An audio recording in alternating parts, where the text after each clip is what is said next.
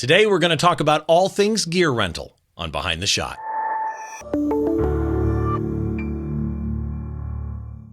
Hi, as always, welcome to Behind the Shot. I'm Steve Brazill, your host, and I've got a very special show lined up for you today. In fact, it's kind of an unusual show. It's not going to be the normal talk about a photograph show, although we do have photographs. We'll talk about those as well. Before we do, I do want to remind you, if you are watching this on YouTube, please do make sure to go down, click the subscribe button, and click the bell. You know the routine. YouTube doesn't show you things unless you do two things. Not sure why that exactly happens. If you're watching the video of this in a podcast app or listening to the audio-only version of this in a podcast app, please do, wherever you are getting it, please subscribe. It just makes it easier. It helps with discoverability and a bunch of stuff like that. Also, I do want to remind you one more time, I've got classes now at PrincetonPhotoWorkshop.com. You can get all the details on that by going to PrincetonPhotoWorkshop.com. I've got one coming up in April of 2021 that is on the challenges of low-light action photography. So hopefully that's something that you're interested in, and I'll see you there. As far as this show is concerned, and every show that we do, all the links are always available to you at the website, which is behindtheshot.tv. Just find the episode that you're interested in. Click that one. You'll see all the links about all my guests, including today's guests, at the bottom of every post. And a couple of quick notes about this show before I bring my guests in. And I don't normally do this, but I've got to do this, and I probably should have warned them before I do this that I'm going to. This is not a sponsored show. I've got a particular guest on today that is a specific company. It's a company I highly respect.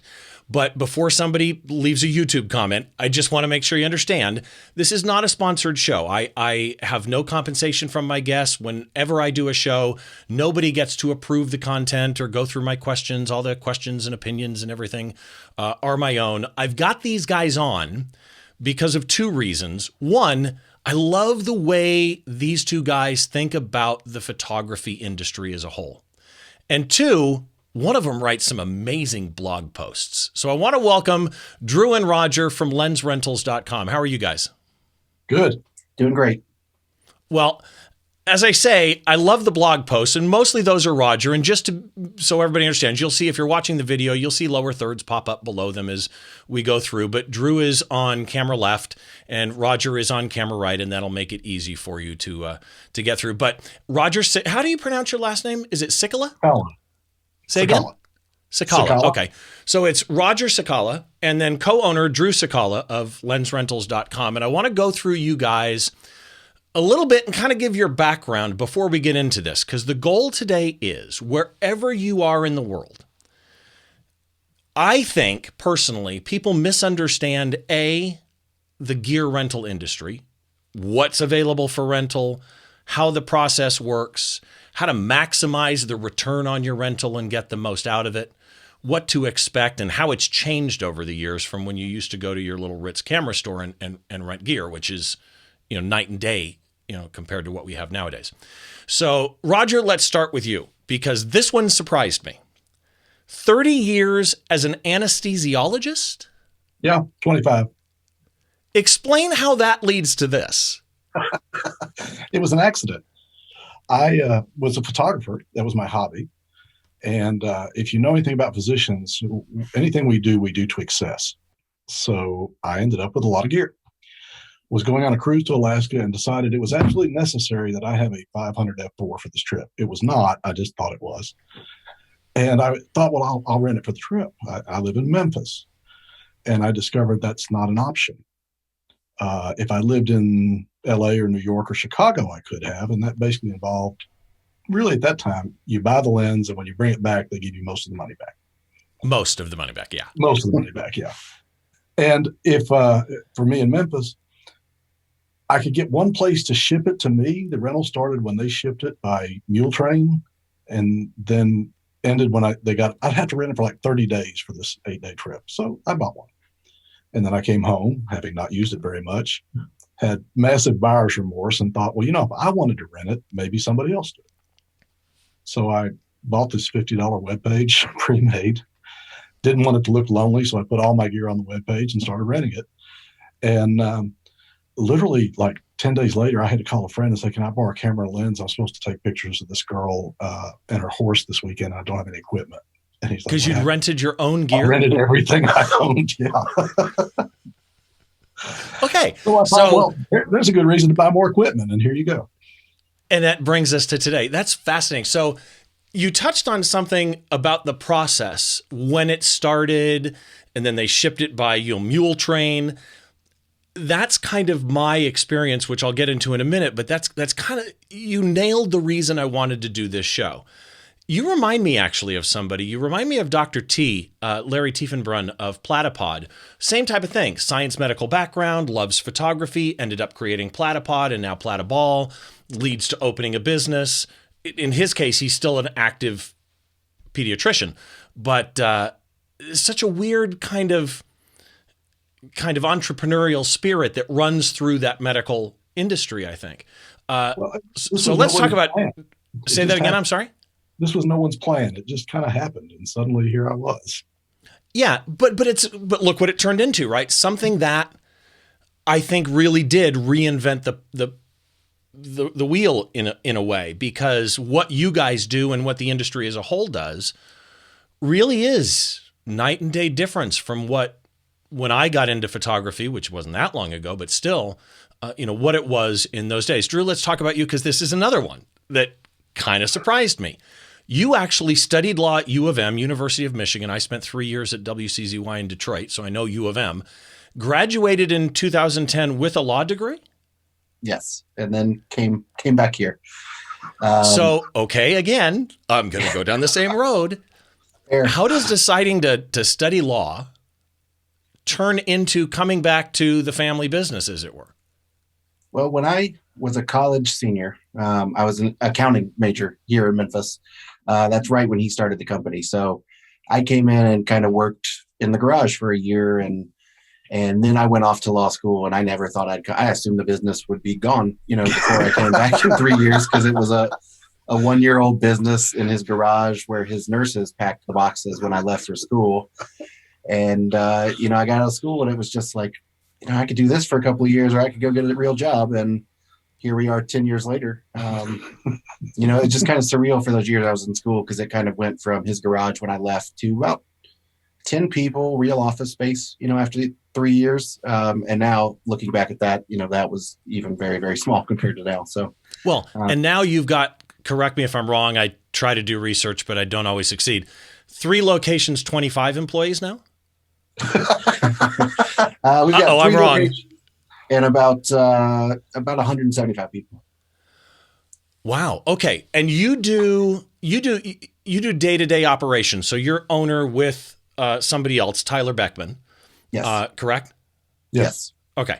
But you handle Tyler's day-to-day my son-in-law. operations, mergers, acquisitions, marketing, software, all of that type stuff.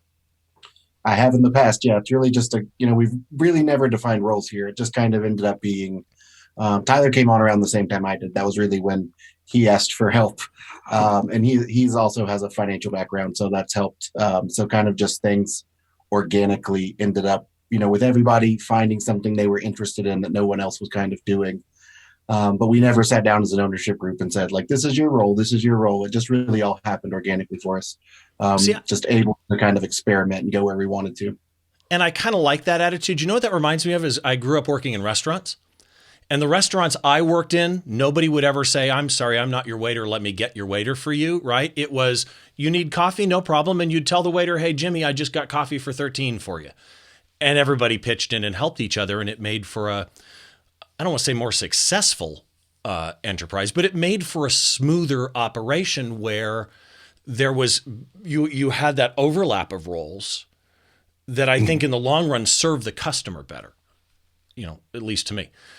So that everybody knows, again, I just want to remind you before we start getting into the deep dive of the conversation here, all the links for lensrentals.com for Drew and Roger are up at the website. It's behindtheshot.tv. Just head on up there, find this episode. If you're watching it on YouTube, the links are down there as well. But click the link for the episode, scroll down to the bottom. I wrote a little bit about the company and I wrote a little bit about these two. And clearly I may have to change some numbers based on what I've written at this point, but that's okay. So I want to talk about the rental industry, and here's kind of why. And what we're going to discuss, again, so that everybody knows, going back to what I said at the beginning, what we're going to discuss will, in many cases, I can't speak for other companies, and neither can they, but it should, to some extent, apply to the industry as a whole, the way that I'm going to try and approach this conversation, because, for example, you may be in a country other than the US where lensrentals.com does not service, but you can rent gear there. And I want you to get something out of this. So if you're in Canada, if you're in Poland, if you're in Switzerland, whatever it is, hopefully this will give you a better insight into how you might be able to utilize those third-party resources for gear that are out there for you. But that said, my understanding, and again, correct me if I'm wrong, lensrentals.com is the largest online provider of photo and video equipment for rental in the US, correct? That's As correct. far as we know, no Okay. one's claimed to do bigger. Do you do anything outside the US? No, we did very early on to Canada, but it creates kind of some issues for the relative small amount of shipping it is. Renting things cross border is problematic as far as paperwork, and then believing that you're not selling it. So Right. just we've never been in a place where we were looking for extra business and wanted to tackle kind of actually understanding how to do that. So it's let me ask you theoretically this. possible, but Let me ask you this then. If somebody were to contact Lens Rentals, they're from Canada, they fill out a contact form, really interested, is there any way you can service me? And your response back is, we don't do Canada. Do you refer them to somebody? I mean, do you have a list of companies that do business in other countries? not really. We're familiar with Canada, so obviously in Canada we can help people out with one or two companies, and also in Canada, depending on where they're at, since so many people in Canada do live near the border, it is not problematic to say ship it to a FedEx office in Buffalo and drive across the border and pick it up, or Detroit from Windsor or something like that, and drive back across the border with it. It's no problem. So for a lot of Canadians, at least, we're able to help them in some kind of way. And obviously with people from other countries, we still work with them when they're in the United States. So we tend to have quite a few foreign customers, international customers who work in the States, on one project or two projects, or here for vacation, and we work with them. But we don't get a lot of people asking us for recommendations as far as overseas rental houses. Interesting. I think they just know that we're probably not, someone else in their industry in Europe is probably a better person to ask about what European rental house is better than us, because we just don't really interact, unfortunately. That makes sense. And quick trivia point, since you brought up Windsor, Windsor is the only place in the U.S. you can drive south to go to Canada. Again, 3 years in Detroit, I got something from it other than just a rusted car. I tell people that all the time when I lived there. That was my selling point about how horrible the winters were. Yeah, it's just one of those weird little things. So I want to talk about rental, both video and photo for that matter, because in the old days, people would go into a camera store, which you can still do. And I'm not saying anything that I say here. If you own a small mom pop camera store, more power to you, and I wish you all the success. However, in the old days, you'd go into these rental departments that had huge deposit requirements. They'd take your credit card for basically put a hold on your credit card for the cost of the entire piece of equipment that you're getting. Totally different than how the system works today. I had a situation where, and this is kind of what made me want to do the show, by the way. So I am a CPS member, Canon Professional Services, and we can get loaner gear. And I'm thinking, well, I'm not going to rent this. I've got 3 concerts coming up that I need to shoot. And I know that they're soundboard shoots, Alice in Chains and Smashing Pumpkins. And then the other one was, I think, Korn. But anyway, so I'm thinking I want a 400 2.8. And I've never shot a 400 2.8. Hey, this is a good time for the first time ever to try Canon Professional Services. Again, not meaning to insult Canon Professional Services here. What ended up happening was entirely my fault. But I get this lens. It's awesome. I want to own it. It's beautiful. And I've got 3 shows in a row on a Thursday, Friday, Saturday. That gear came. I had 7 days. And after Friday, after the last shoot, it was Wednesday, Thursday, Friday. After the last shoot, I'm thinking I'll ship it back on Saturday. Well, I go into FedEx. I'm thinking I'm going to ship it to Canon Professional Services in Irvine. I could have driven it there, but no, you have to ship it. I think it was Atlanta or something like that. I go in on Saturday and FedEx looks at me and says, okay, when does it need to be back? I said, it needs to be back by Tuesday. They said, oh, well, there's no way we can get this back by Tuesday unless you do overnight shipping. So I've got a 400 2.8 lens that I am overnight shipping to the Deep South. And it cost me hundreds of dollars for my free loaner. Right. I expected some cost, but that one surprised me. So when people start looking at rental gear, let's start here. What can be rented? Anything we can put into a box that won't be damaged by shipping and that FedEx will take. So there are a few things we have not been able to ship well. There have been some brands of C-stands, for instance, that just we can't find a box that the feet don't punch a hole through. So, we won't rent that if the box is going to be beat up and not be able to be returned to us, because the last thing we want to do is have a product that, 20-30% of the time the box fails on the outbound shipment. And now the customer has to find a box that's a crazy specific, 62-inch long by 10 by 5 size. That's just impossible to find. So short of that, we'll rent just about anything at this point. I mean, we rent walkie-talkies, we rent projector screens, we rent, basically anything anyone's ever asked us to carry that is a legitimate customer. So, if we've never heard of you and you asked us to carry something off the wall, we probably won't consider it. But, if you rent from us regularly and you're like, this is a production tool I need to have sometimes, and we'll carry it. And more often than not, our customers are right. Yeah. They're not the first person who was looking for that on our site. They're just the first person who was comfortable enough with us to call us and say, I can't find iPads on your site. Do you rent them? And then we're like, what do you want an iPad for? And they explain it to us and we buy 5. And then, 2 weeks later, they're all gone. And it's clear there was a market for that. And so that's kind of how the whole product line has went really from the beginning to now. We rent sandbags. That's the craziest thing in the world. We rent sandbags. Not with sand in them, I'm assuming. Yes. Yes, with sand in them. Really? You don't hold on. You don't send an empty sandbag and go to Home Depot and buy a bag of sand? No, because a guy on the scene wants his equipment. He wants it ready to go. He doesn't want to go look for sand. He'll pay the shipping for sand. I'm shocked. I was like, we rent sandbags. I didn't know about this. And they're like, oh, we rent tons of sandbags.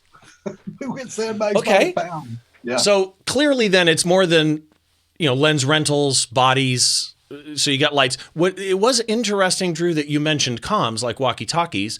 iPads make sense. Like I'm using an iPad in front of me here for my Sound Devices Mix Pre 3 to run their app so I can see levels. So in a production environment, if I'm doing a video shoot and I've got people mic'd up and I could see if I'm traveling. I have friends who are tour photographers for well-known artists. Artist is a country artist out of Nashville, but the photographer is out of London. Mm-hmm. So flying over with gear can be tough. So he'll fly over and he'll do exactly that, rent gear. So let me go here then. For those people that have never, and I've got a question from somebody coming up from Twitter that is perfect to this. So I'll get to that in a minute. For those people that have never rented, Roger, you started the business, so let's have you do this one. For those people that have never rented or always wondered, I don't know what I would really, why? What am I going to get out of it? What are the benefits of rental, regardless of what they're renting, I guess? And for that matter, are there any downsides? Well, there's downsides to everything, but there's a whole lot of situations where rental's a good idea. You had a good example. You're using a 400-2.8 for a series of concerts. If you're not using it often, if you're using something a couple of times a year, buying it is probably a bad idea. Renting it may be much more cost effective. Some of those lenses that cost $10,000 or $12,000, if you're not going to use it regularly, that's a pretty big investment. We've always had, you kind of talk about somebody coming from London, but if you're doing a music video in Jackson, Mississippi, carrying all that equipment means renting a truck and driving it or whatever, or flying to Jackson, go to the FedEx that's waiting for you. That's a big deal. Right. In some cases, it's a lot easier for a photographer or videographer to go, here's my bid, and it includes the rental equipment rather than depreciating my own equipment and everything else. It may be financially better to do it that way. So there's lots of reasons. The historic downside, I think, was that people always thought they got beat up crap. And that's kind of why we were a little different on the front end. I was a photographer. My job, when Drew talked about we don't really have any jobs now, I do nothing but quality assurance. It's my passion. So our stuff gets tested, it gets inspected, it gets sold after 2 years, whether it's in good shape or not. So it's not that. The downside, we've had some people that literally have rented something for so long that we've called and said, you need to buy this. you're just, this is not okay. You've rented. We had one person we gave a Canon 51.2 lens to because he'd been renting it for like 17 months. He paid for it twice. And we finally just said, keep it. This is not right. So you said something that made me think of another scenario that is handy, and that is, and in fact, I just had Vanessa Joy on the show. Normally, she's a well-known wedding photographer, Canon Explorer of Light, and she was explaining a story where she went on a plane. I think it was Vanessa's show. I'm going to end up wrong, and somebody will correct me. That's okay. But it was something to the effect of she went on a plane and they wanted her to check her bag that had the camera gear that she intended to go on with, and it was an international flight. And so if you're worried about your gear, you just have it shipped where you need it. You know, if you're going to the Palouse for a workshop with Scott Bourne, okay, go to the Palouse and just go to FedEx and pick up your camera gear there. But the question I mentioned earlier that somebody, I solicited some questions from Twitter, and Michael Turndrew, I guess it is. It's at Michael A. Terndru for anybody that wants to go follow Michael.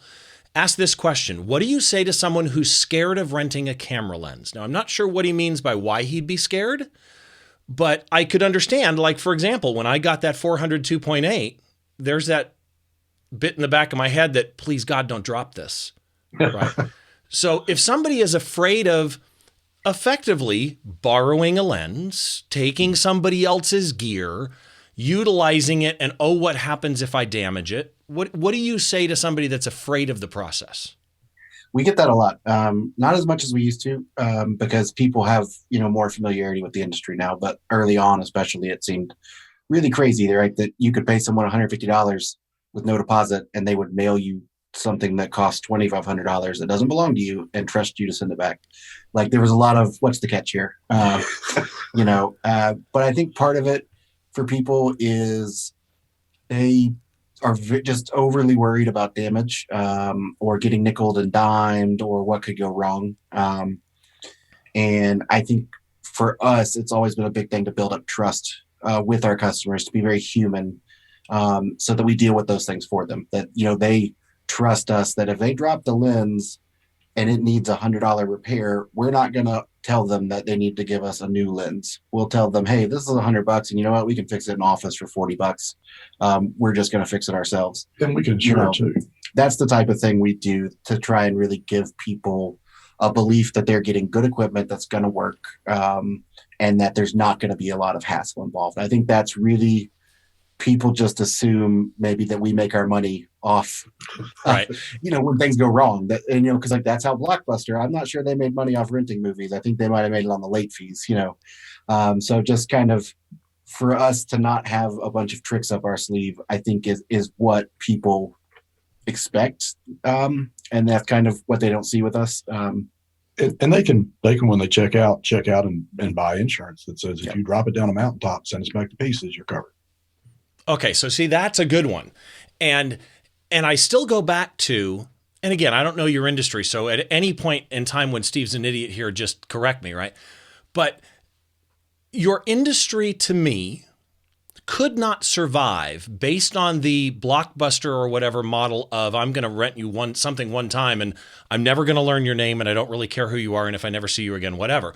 Because for this type of industry to survive, I would think the return customer and the referral is going to be a huge part, because we're the photography, video production community, the creative community is such a tight-knit world that being treated like a customer that matters, being dealt with in a way that, look, we want you to come back, right? If you're a regular enough customer to tell us we need you to carry iPads, that's a good thing, not a bad thing, right?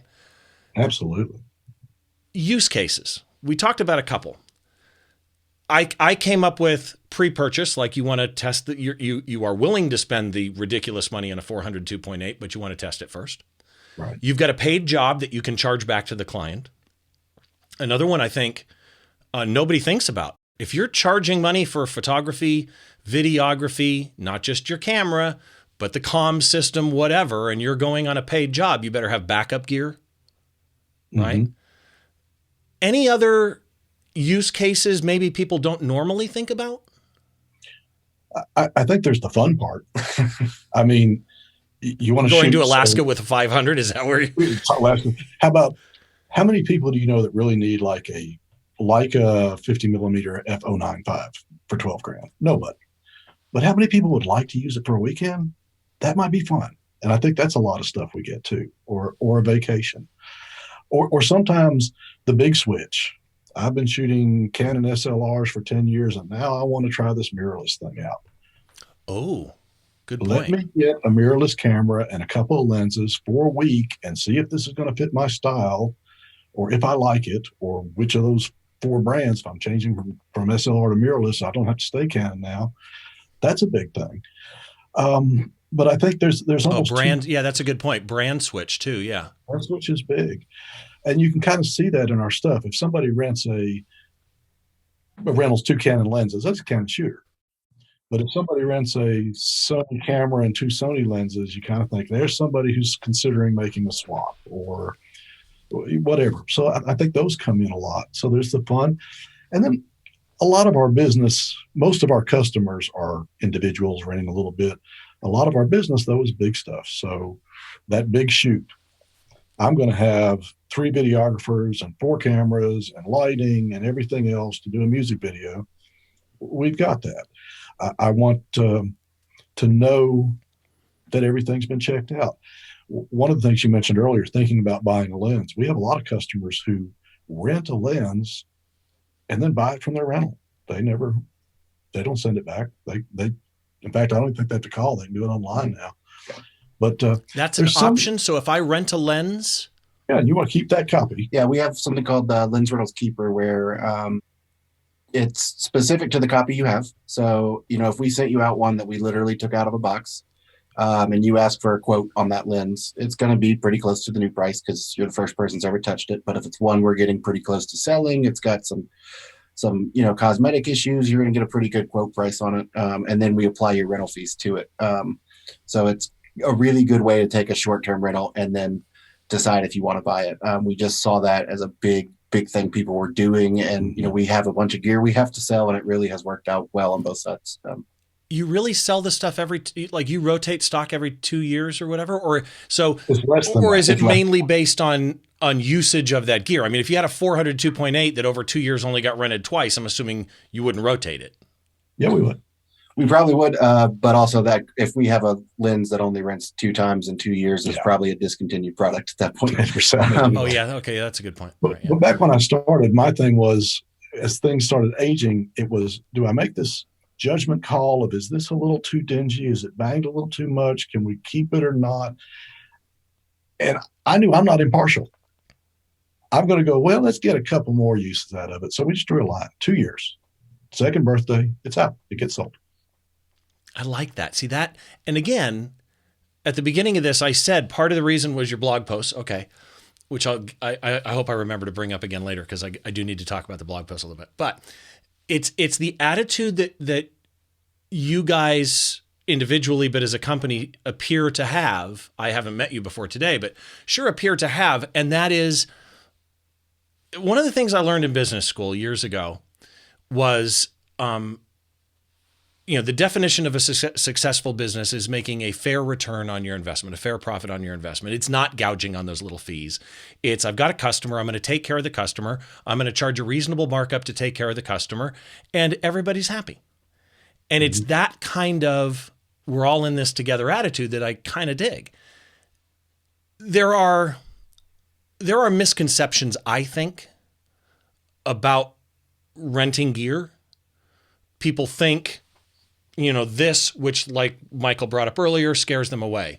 People think this, which for whatever reason makes them think maybe the value isn't there for them. What are some of the misconceptions that we can correct right now about just rental? Expense. That's the number one. How reasonably priced it is. As far as no deposit, stuff like that. People who, especially older photographers who've been in the industry for longer than a decade, their idea of what it costs to rent something is usually very, very wrong. They hear what's it cost to rent a 2470 for Canon, and they think 20% of the purchase price. It's under 5%. It's less than $100 for a week. It's really reasonable, and I think that's really important. But also too, I think people should look at where gear's going, because I think people are looking at their equipment as less of an investment than they used to. The replacement cycles from the manufacturers feel like they're getting shorter every year. So I think people used to buy a lens and maybe looked at it more like a car. Like, this has an intrinsic value and it will at the end of its life with me. Like, this lens, I might pay $2,000 for it, but it's going to be worth $1,500 in 2 years. Same thing with a car, right? You don't ever expect your car you bought brand new to be worth zero. But these days, some of this stuff, it is worth zero. There's less replaceable parts. There's more ways for things to just die. Just, you can't fix this. You spent $2,500 on a lens and you rolled the dice of whether or not it will be worth zero in 2 years or not. So I think for some people, just owning less equipment as equipment's become more specialized and less repairable is definitely a trend, especially on the video side. It's too hard to keep up with. It's crazy on the video side how fast things move, both from the technology, but also what clients want, I think. And they're video companies, not just videographers. They're video companies, and they don't own any equipment. They rent for every shoot or own very, very little. Just enough to get by the small job, and then they supplement based on trend or direction. Photographers, we were angry about the every 6 month SLR upgrades for a while, some of which weren't very impressive. Videographers are worse. If you've got a 2 or 3 year old video camera, you may not be able to use it anymore. The standards are different. Right. Yeah. If you've got a camera right now that doesn't do 4K. Yeah. You literally probably can't use it on a job, even if the job is 1080, because you're going to need to do a punch-in shot, or you're going to need to do something. They expect to downsize and downsample and whatever. Yeah. And so I think we're seeing a lot of that. Sure, if you're a sports photographer, owning a 400-2.8 is a good idea. And the photo camera cycles for those high ends seem to be lengthening to at least a couple of years. On the video side, it's like, we got that last Thursday. It's out of date. So you rent this gear, some of which is what's the most expensive piece of gear you rent? Like, let's talk lens. You're not renting a 1200, I'm guessing. No, it's probably a video zoom of some kind, of cine zoom. Some of the video zooms are well over 50. Yeah, we have some probably $50,000 value lenses and some cameras. We have like RE Supremes. We've gotten really into the premium cine over the last 2 years on both the cameras and the lenses. So but there seem to be smaller number things. So people rent this stuff. Yeah. You get it back. I've got pictures I'll show later of some of the stuff that's been in it, but just from the more helicopter point of view, you do a lot of maintenance on your own gear when you can, right? I'm assuming you send some stuff back to the manufacturer, right? Yeah. If we can fix the thing in-house in 2 days, it's a lot better than if it goes off to Germany and gets fixed in 3 months. We've lost 4 or 5 rentals. So it's huge for us to do our repairs. So what have you learned about the gear itself by doing your own maintenance? A whole lot of things. One is, I think the biggest thing that surprised me, and I started this in about 2009, getting into repairs, 2008. And in those days, the manufacturers are all very secretive. So you can't go, I want to do repairs on your equipment. Will you sell me the lenses and tools? They won't. But I found some workarounds. I used to buy repair manuals from Russia because it was at that time the only place that they were still not computerized, so I could get paper manuals. And they're written in Russian, but the diagrams are the same and the schematics were the same. And We've learned a lot, but one of the things is that when you think you've sent your lens off to factory service and it's the very best there is, maybe not. Really? There are a lot. Oh yeah. Oh yes. There's big factory service that if you send it to factory service and there's an address and you can look it up on Google and there's a building there and you think it was repaired there, you were silly. Because they took it and shipped it out to any of half dozen sub-suppliers that do the repairs for them at very low rates and send it back, and then they send it to you. Does that change? Okay, hold on, because that's interesting. So, Isn't it? Yeah, that actually is. And it's not uncommon in the IT world, by the way. So, for example, with Hewlett-Packard, their standard warranty isn't generally repaired, in-house a lot of times, Right. Which is normal. I mean, it's a cost issue, and other people can do it's certified techs, quote unquote, Right. but it's like they're certified techs for your Maserati too, but you probably want to be at a Maserati dealer. But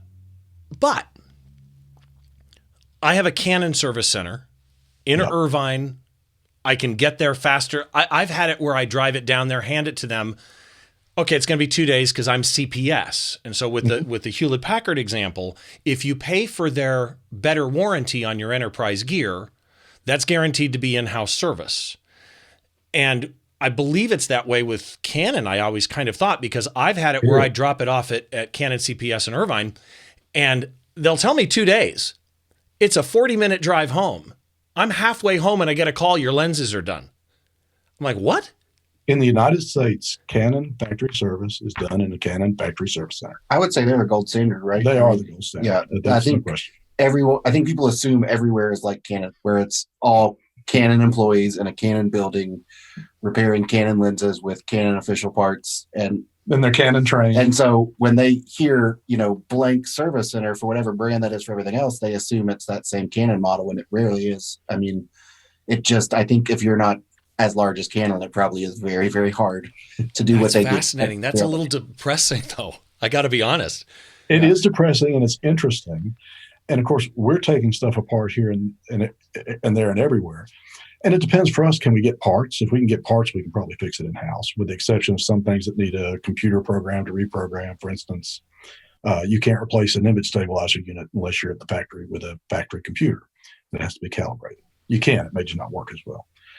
But we see stuff come back, and I can't name names. I've got some non-disclosures here, but I will tell you, if the factory service center is located 5 miles from a border and is 1,800 square feet, that's not where the repairs are being done. Right. Okay. Yeah, the square footage gave it away more than anything. Yeah, it really does. And if you look at some of the places where you're sending things, the square footage gives it away. Other companies where you've heard, okay, they laid off 80% of their U.S. personnel. Do you think they kept all the repair techs? There's a lot of that going on. So let's go this way then. I'm going to rent a piece of gear. Okay. My example I gave earlier of the CPS situation was completely my misunderstanding of the 7-day window.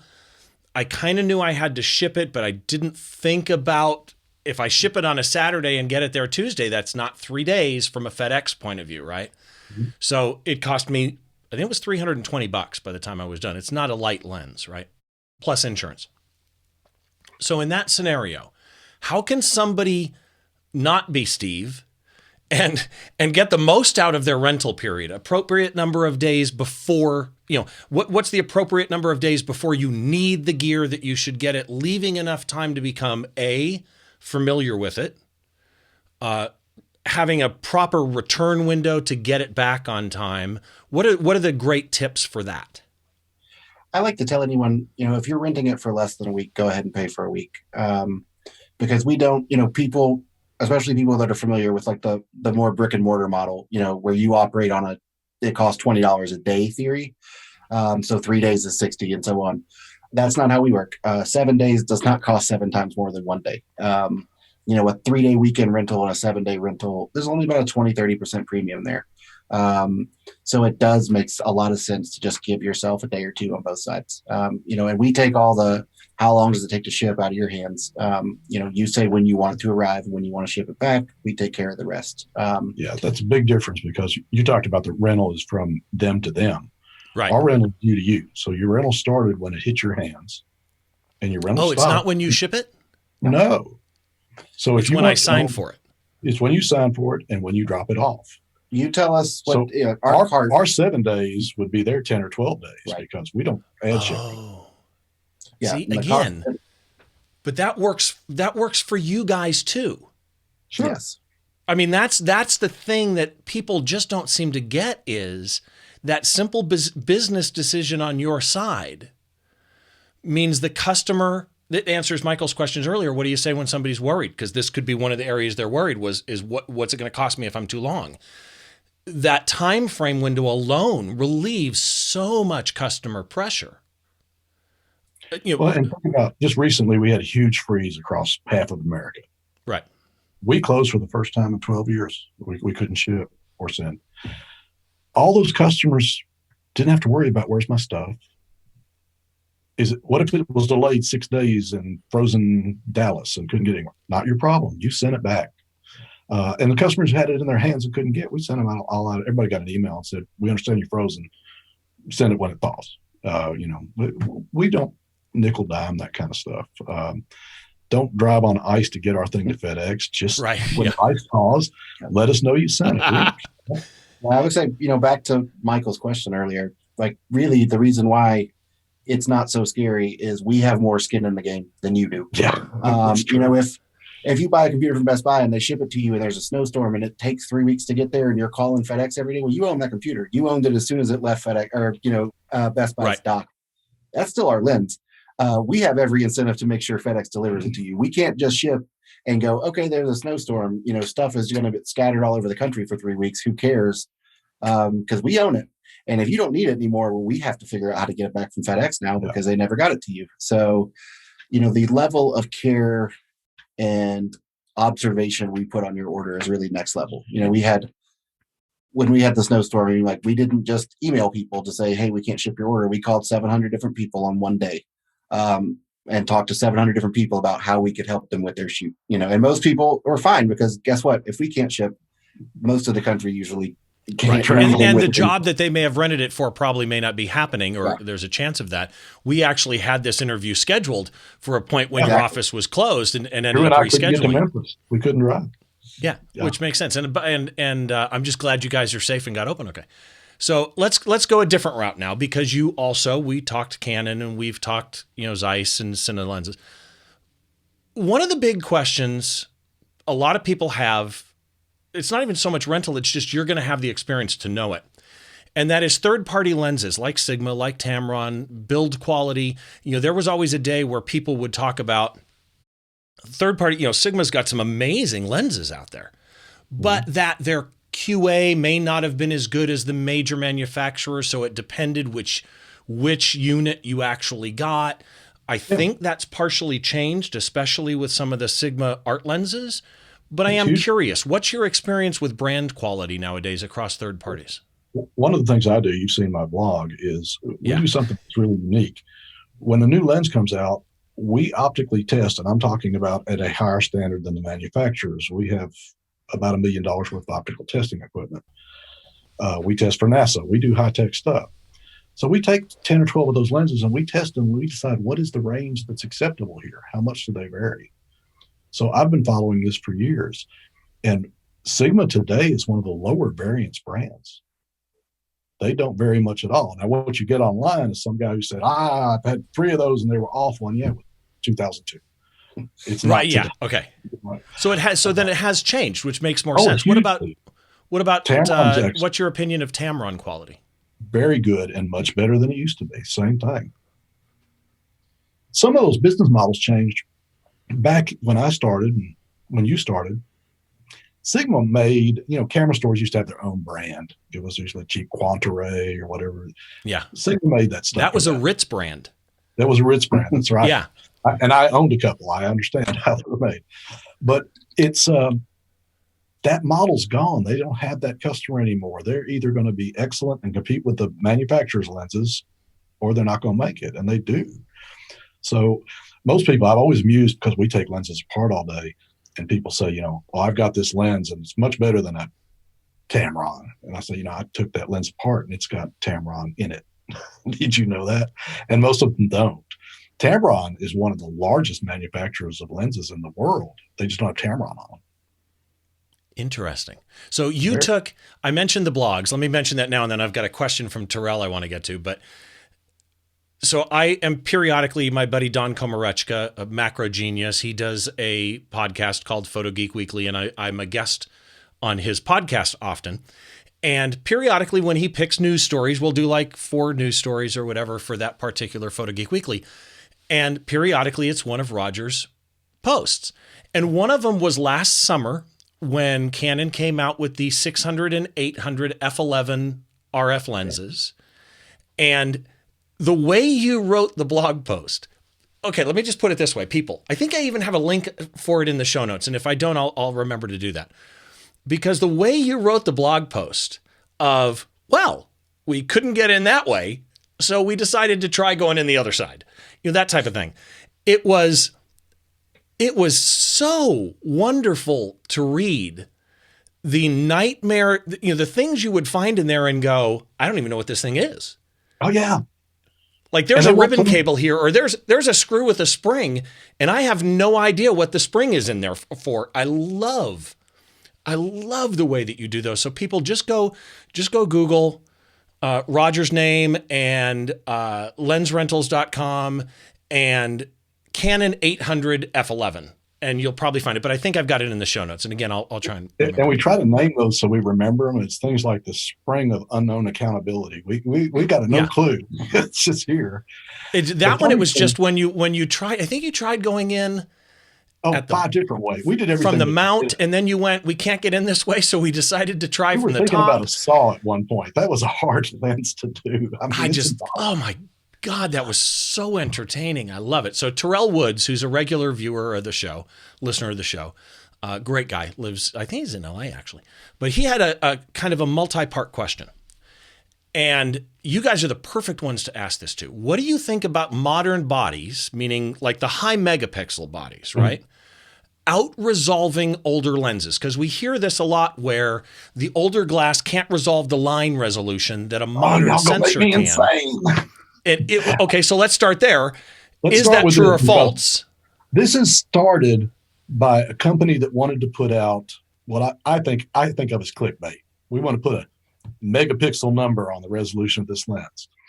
And the simple math is that any photography system, the MTF, let's call it resolution, is made up of the MTF of the parts multiplied together.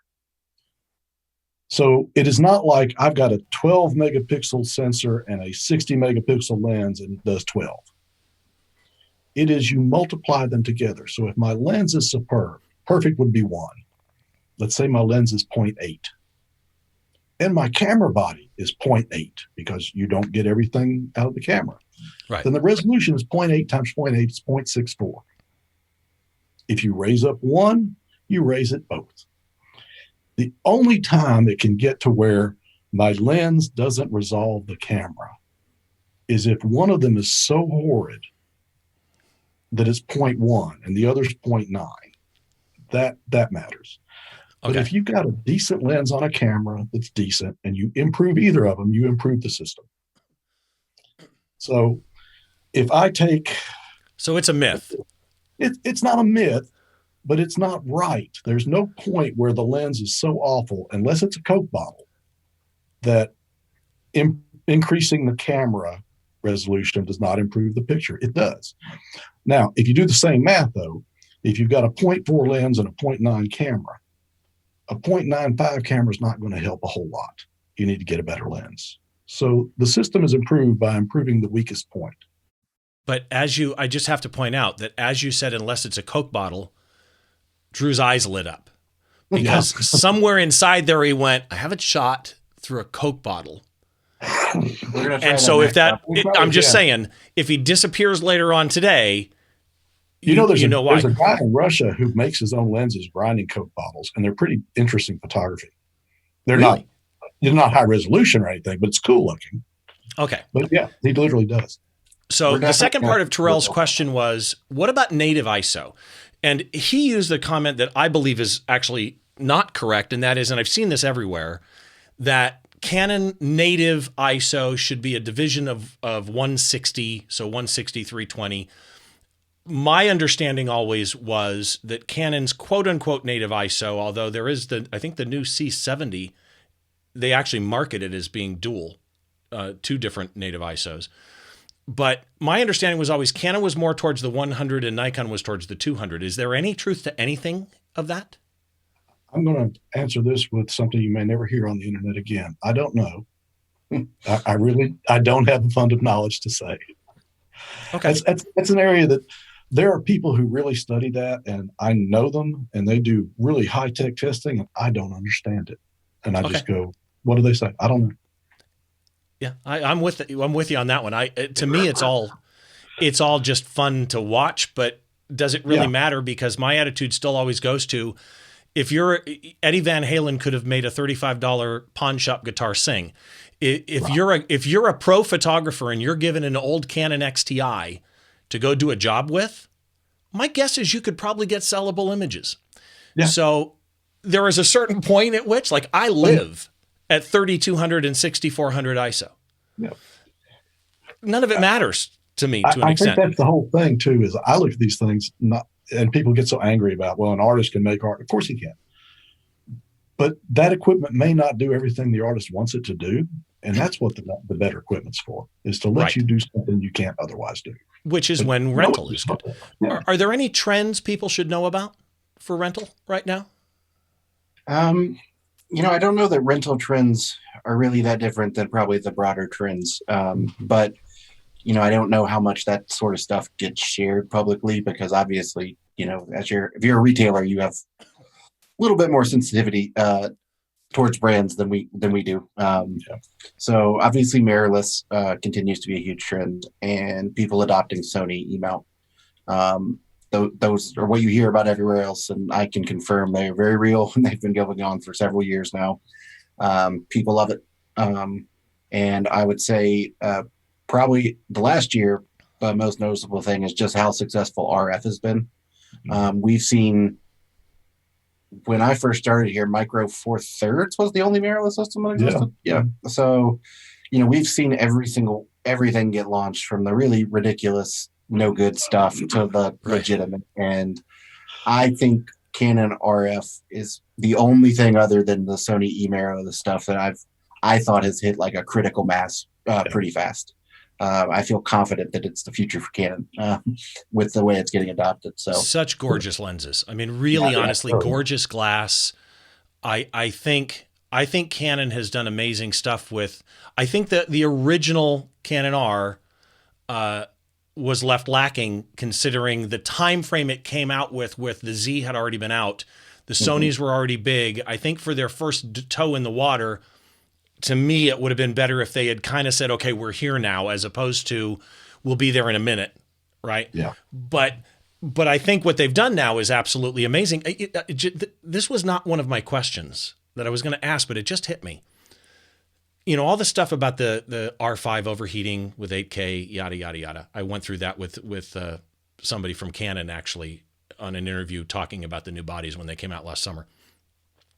Because it's always my belief that, yes, there are a lot of hybrid shooters out there. And there's a lot of people out there that, yes, you want to shoot 4K 60 without an overheating issue, or 4K 120. I get all of that.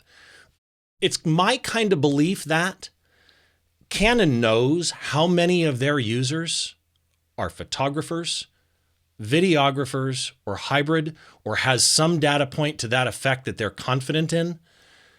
Do you get a sense when people rent your gear of really what is the hybrid? And I don't mean hybrid like me, where, okay, I may have an R5 and I may want to shoot 8K, but I'm never going to hit that overheating. I just won't.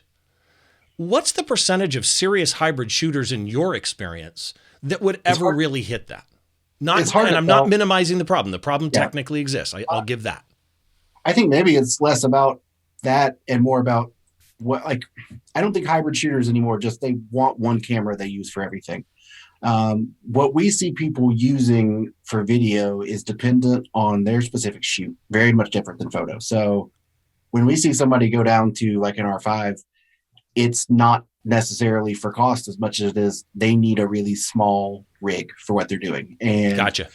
so when you look at it that way, I think what Canon knows probably is that, like, for the shoots you need this camera for, are you really shooting long? Because like if it's going to be on a tripod and run a 10-minute shoot, well, like, just use why do you need such a compact camera? Just pay a little bit more, get a cinema camera that won't overheat, and that's fine. So I think it's more that than it is photo versus video. It's more just the use. In this case, I think there was a little bit of, I want this, therefore they have offended me by not providing it. Right. Yeah, you can't have everything. I mean, like, you can't have a camera that small that doesn't overheat. Yeah. And is sealed. You can't physics apply. But I the interesting thing is, on the internet, I saw pages, and you did too, of comments and comments and comments. I went and bought an IR camera so I could take heat pics of this thing and see what was going on. In the actual rental world, where we're renting hundreds of these, were there any complaints?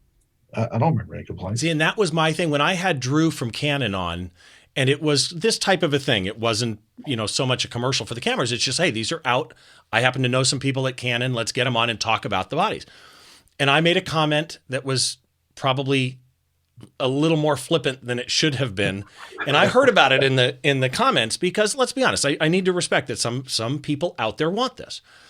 But I was still of kind of the mindset of, I understand you want it, but Canon has every right. This was really what I said. Canon has every right to make the camera that they want. Yeah. And if it's not the camera for you, you may be depressed about it, but these overheating warnings came out in early July. Right. And the camera wasn't released until August 1st or July 31st. So you had plenty of time to go, I'm going to wait. If you bought that camera and took it on a production job, if somebody took an R5 on a production job and it bit them in the butt, it's kind of on them. Yeah. We had much more problems with this a couple of years ago. I mean, when I'm going to get email again, I know it. When people started really shooting 4K on small form factor cameras, and like the first cameras that would overheat, we gave out a lot of refunds, from people who, well, why can't this shoot as long as I want it to? And I think there's a lot more education now, right? As far as, if you're shooting 4K video with a mirrorless camera, it's going to run hot. And if that's a problem for your shoot, get something else. But like, you can't say, I want this form factor at this price with all these features and snap your fingers. Like, there's engineering compromises that have to be made for all, right. All that stuff. And that's just, and it's not just engineering, it's business, right? There are people in meetings that are way above my pay grade that are making these decisions. And I refuse to believe, although it's been done in big business, I refuse to believe at a company the sizes of the companies we're talking about that they're making these decisions in a void. They've got data. I want to bring a flip side to it, though, because these are huge companies. So huge companies designing a camera, there's probably 18 committees. There's the sensor committee. There's the marketing committee. There's this, that. And these things get bandied back and forth. And somebody on the sensor committee might say, we can give you this 8K with just this little bit over here. And it didn't get back to the lower, perhaps, heat sink engineering committee in time, or the firmware committee, and everybody got together and it gets close to time to bring this out. I'm sure the next camera, this problem is going to be addressed. Well, and this is the megapixel wars from the early 2000s, where marketing won over engineering. There wasn't a photographer on earth in those days saying that they needed 25 megapixels, but like on a phone. Okay. Yeah. But marketing won out. So let me jump into this really quick. I want to show these pictures really quick before we close out, because these blew my mind when I first saw these. So this first one, this is just it's like you're shooting against a light table, just shining white light into a lens. And that appears to be a fly in the lens. Yeah. Right. This is not a picture of a fly. The fly is in the lens. Fly in the lens. Yeah. We had to go get out. Wow. Okay. So then. What? You never seen a fly in a lens before? I have never seen a fly in a lens. Never heard one either. That would actually be more fun. That was our fourth. Well, here's another one where you're taking a picture through the element. And again, you've got an insect in the lens. Here's the question. Does it affect the image quality? Not very much. See, Now, that's interesting. If you stop down, you're going to get more of an effect. Where in the lens it's located. But these were fairly deep in the lens. Now, if it had been right at the rear element, you'd have seen something. But it's up in the part of the lens where the light's all being refracted and bent everywhere. So we got to where I think at F11 we could get shadows of the fly in the lens. The customer who sent it back apparently had no complaints of their images, which means they probably shot it fairly wide open. I don't think you've got the spider picture, but those are actually a problem. The fly, we take the lens apart, get the fly out, clean it up. Spider gets in there and spins a web. Ooh. And that stuff means every single element has to be taken out, individually cleaned. It's hard to, spider's still sticky. It's cheaper to burn the lens. It really is. Why we don't burn the lens. Well, speaking of which, this one, I think Philip, when he sent me this, said that this was from somebody shooting the eclipse with the lens. Yeah. And they melted the actual aperture blades. Yeah. And this is a person who they've aimed the lens at the eclipse and their shutter's closed, so they're not worried about the sensor, but that telephoto lens is just magnifying all that light down to that closed aperture. Until I think we got 5 melted apertures back. Which is not bad for what it was, honestly. No. I just look at this and I think, how hot did that have to get to melt blades? Bad. But if you leave a lens that big pointed at the sky for 2 hours because you have it in perfect position for the eclipse. Right. And think about when you were a kid and had a magnifying glass and you're trying to light some ants on fire. That's a magnifying glass. Think about an 800 millimeter lens. You just took me back to my youth. I know, Yeah. 800 millimeter lens is magnifying stuff insane. Oh, I think that was a 600, but we had every single, any lens that could possibly be used as a telephoto left our office for the eclipse. And the average experience level for using those lenses was way less than normal. Mm-hmm. And they were all using it to point at the sun. So honestly, the few that we got back that were like that we were honestly very proud of our preparation and our warning. Because we had stuff in the boxes. We emailed people 7 times. Please, do not point this lens at the sun. Do not point it at the sun without a solar filter. Just whatever you do. Every. By the way, did we mention? Don't point this at the sun. Yeah, we did everything but printed on the tape. It was just everywhere. Yeah, but so yeah. Let me finish with this then. And this. If you don't have an answer to this, that's fine. I ask every guest this question. It's unrelated to what you guys do, but you're into photography, obviously, as well. So my question to either one of you, both of you, however you want to go about it is, who's a photographer or artist that people, they may know about, they may not know about, but if they don't, they should go look up and follow online? Actually, my answer was not going to be, it's not a living person. It's Leonard Nimoy. Oh, I agree. I think he did amazing things at a time way before anybody else was doing what he did with body image. And a lot of people don't know he was even a photographer and a very renowned photographer. Actually, Leonard Nimoy Spock, for those who didn't put the name together, Spock was an avid photographer. He was partially responsible for redoing the Griffith Observatory here in downtown LA and refurbishing all of that. But an amazing photographer, did some nude stuff, did a lot of other stuff, and was really, really good. That's a really good pick. So go look up him. And Drew, did you have one or not? Can I also use a former photographer? Because I enjoy history and I enjoy journalism quite a bit. I'm not a fine art type person. So for me, just as soon as you said that, what struck me was honestly through all the museums here in Memphis, Ernest Withers. Mm-hmm. He was a photojournalist and just captured so much of the core of the history in this part of the country and the African-American experience in the middle of the century. We're fortunate enough to have the Civil Rights Museum here. Our art museum has tons of his work, and it's very moving to me. It's very simple, and it just resonates throughout the decades. You see it and it feels like it was yesterday. It doesn't feel like history. It feels very current. Awesome. Okay, so those will be in the show notes. And just so people can find you guys, Roger and Drew from lensrentals.com, I want to they've been popping up underneath you as we've been talking, but for those of you listening on the audio only feed for the podcast, by the way, just so that everybody knows, you can, wherever your podcast catcher app is, whatever it is, you can subscribe to this as an audio only feed. It's just look for Behind the Shot, makes it easy. And if your app supports video, or if your service does, there's a video feed for it too in your podcast app. We're also on Spotify, we're on Amazon, we're on Pandora, we're on all of that. And of course, the video is also up on YouTube. But for those on the audio feed that didn't see the lower thirds pop up, let's start with the website. What's the website? Lensrentals.com. Makes it easy, lensrentals.com. And let me just stress that Instagram, Twitter, and Facebook are all the same. Lens Rentals with an S. YouTube, no S. YouTube, I have it as Lens Rental. Am I correct? Yes. Okay. So Lens Rentals, at Lens Rentals, pretty much everywhere except YouTube, it's Lens Rental. So go check that out. Go look at what they've got to offer. And to both of you guys, I can't say thanks enough, because this is exactly what I wanted. I just wanted people to understand that these options exist for them.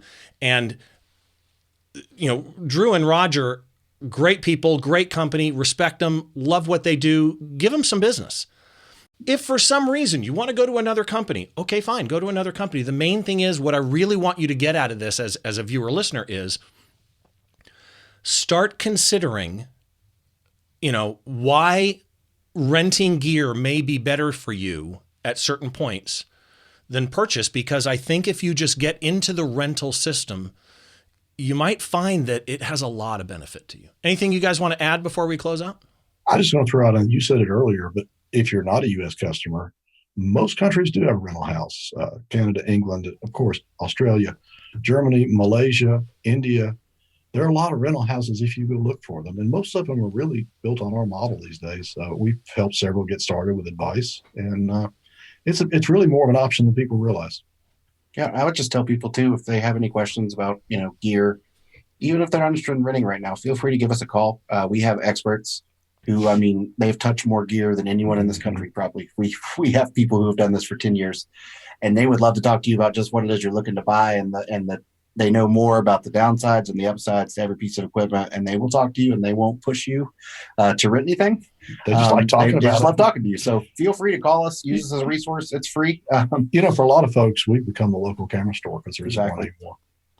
And again, though, you offer, really, you give an ability that a lot of local camera stores can't do, right? A lot of local camera stores, they're small square footage. Their square footage is tied up with retail inventory. And what they can have behind the counter that they can give to you may not be as well maintained as a company dedicated to sending it out to multiple people over time. So you're more likely, in my opinion, if you go with a national rental dedicated type company like lensrentals.com, to me, you're more likely to get a better first experience with a piece of gear that you're honestly considering buying. We think so. Yeah. We try to keep it that way. Yeah, well, okay, that makes sense. Again, to both of you guys, Rue and Roger, that was good. I like that. Rue and Roger, we may go that. I can see the cartoons coming up now. Drew and Roger, thank you so much for doing this. And please do me a favor. I want to mention Philip because he has been wonderful setting this up. So if you would please thank him for me as well. Absolutely. Will do. So to everybody else, if you are looking for information on lensrentals.com or whatever company you want to go with, again, not a paid ad, no sponsorship here. These are just some really good guys. I wanted to get them on and kind of hopefully dispel some rumors for you. Let me know in the comments below if you're on YouTube, or, you know, message me on Twitter or social media or whatever you want to do. And let me know what you thought about the episode, because this is different than the normal show. We'll get back to the normal show, obviously, as we go through. But if you want information on this particular episode, go to behindtheshot.tv, click the link for this episode, and I've got a blurb written in there about both of these gentlemen, about the company, about how you can rent stuff, a little bit of everything. The pictures I talked about, if you didn't get to see them with the flies, those are up there as well, so you can always check that out. If you are watching this on YouTube, please do make sure that you go click the subscribe button down below, smash the bell. It makes everything a lot easier. And one more reminder, PrincetonPhotoWorkshop.com. I've got a class on the challenges of low-light action photography. It's 3 consecutive Thursday nights coming up in April of 2021. If you watch this after that, Fast forward this part. Okay? Makes it a little bit easier. To everybody, as always, thanks for watching. I'm Steve Brazill. This is Behind the Shot, and we will see you on the next show.